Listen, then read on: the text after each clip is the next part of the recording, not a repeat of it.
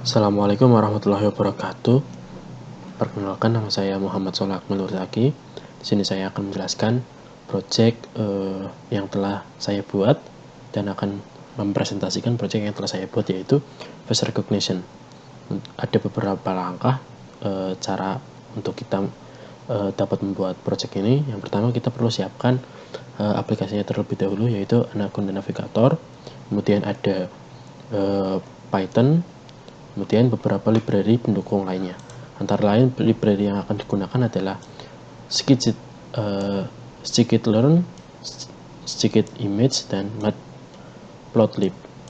Di sini dapat diinstal melalui Anaconda Navigator pada environment yang telah dibuat. Jadi harus ada environment tersendiri untuk dalam membuat project ini. Apabila semua persiapan sudah dibuat, kita harus menyiapkan foldernya terlebih dahulu, yaitu katakanlah folder BCD di sini, yaitu agar kita dapat memanggil folder tersebut.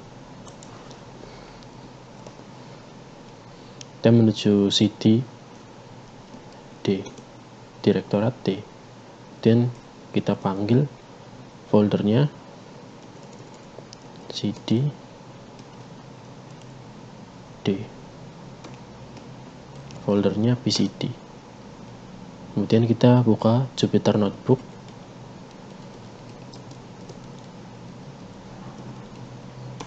Nah, kita tunggu sampai Jupyter Notebooknya terbuka. Kita akan merunning atau mengeksekusi program yang telah dibuat atau dirancang menggunakan Jupyter Notebook.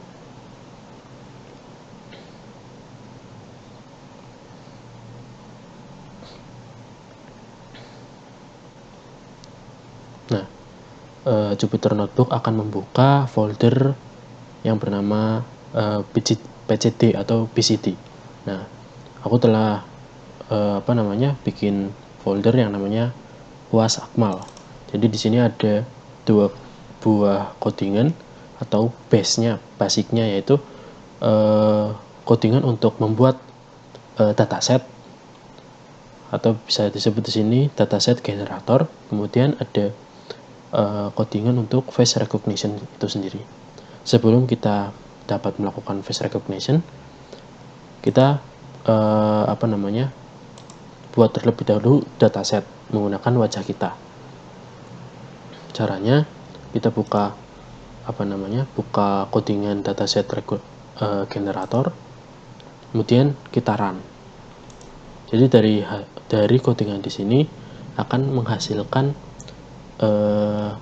akan mengambil gambar atau wajah kita, yang gambar itu akan dijadikan sebagai dataset atau bahan uji coba atau bahan untuk belajar dari face recognition itu sendiri.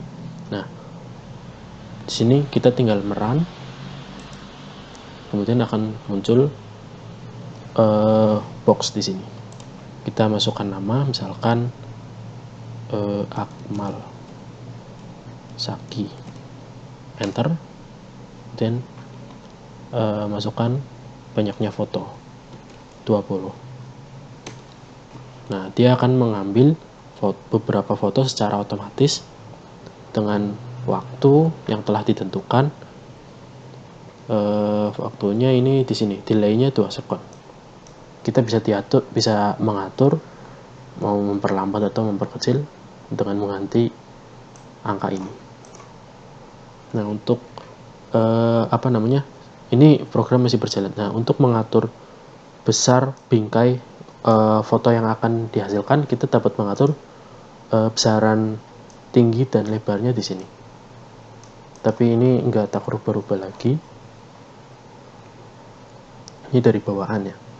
Nah, apabila sudah, maka kita bisa melihat dalam folder BCD UAS Akmal face generator di foto. Nah, ini Akmal Saki. Nah, itu dia. beberapa foto yang telah diambil. Jadi kita harus mengepaskan wajah kita dengan frame yang ada di laptop. Nah, apabila misalkan katakanlah ini fotonya sudah berhasil, ini tak hapus saja soalnya nggak pas. Nah, katakanlah aku sudah ada dataset, jadi tinggal pakai saja. Nah, apabila sudah ada dataset ini kita copy, kemudian kita pindah ke face recognition, eigenface, dan SVM. Masukkan dataset tersebut ke dalam folder dataset, dan masukkan kita bikin folder namanya Soleh lagi. Nah, ini dataset sesuai wajah kita masing-masing. Jadi apabila ada 4 orang atau 4 karakter, kita klasifikasikan wajah kita menurut folder sesuai dengan nama kita masing-masing. Seperti itu. Nah, apabila sudah, kita masuk ke codingan yang namanya face recognition. Nah, kita perlu merun program ini. Di dalam program ini ada beberapa bagian dengan fungsinya masing-masing. Jadi tidak seperti codingan yang ini, face generator. Kalau yang face recognition itu ada beberapa bagian. Yang pertama adalah inisialisasi dari beberapa library yang akan kita gunakan. Inisialisasi ini juga mengatur dimensi dari dataset yang akan ditampilkan, seperti itu. Nah, kita tinggal merun saja satu persatu, jadi dari atas sampai sini. Nah, untuk yang kedua, codingan ini fungsinya untuk membaca dataset. Bagaimana cara program untuk membaca dataset, intinya seperti itu. Jadi contohnya seperti ini, ada sampel foto sebanyak 100 dengan kelas atau klasifikasinya yaitu karakter George, Megawati, Soleh, dan Yunus. Itu sesuai dengan folder. Kemudian yang keempat, memisahkan dataset yang akan digunakan sebagai test set dan training set. Jadi perlu dibedakan antara test set itu berapa persen, kemudian training set itu berapa persen. Ini diatur dari codingan yang ada di sini.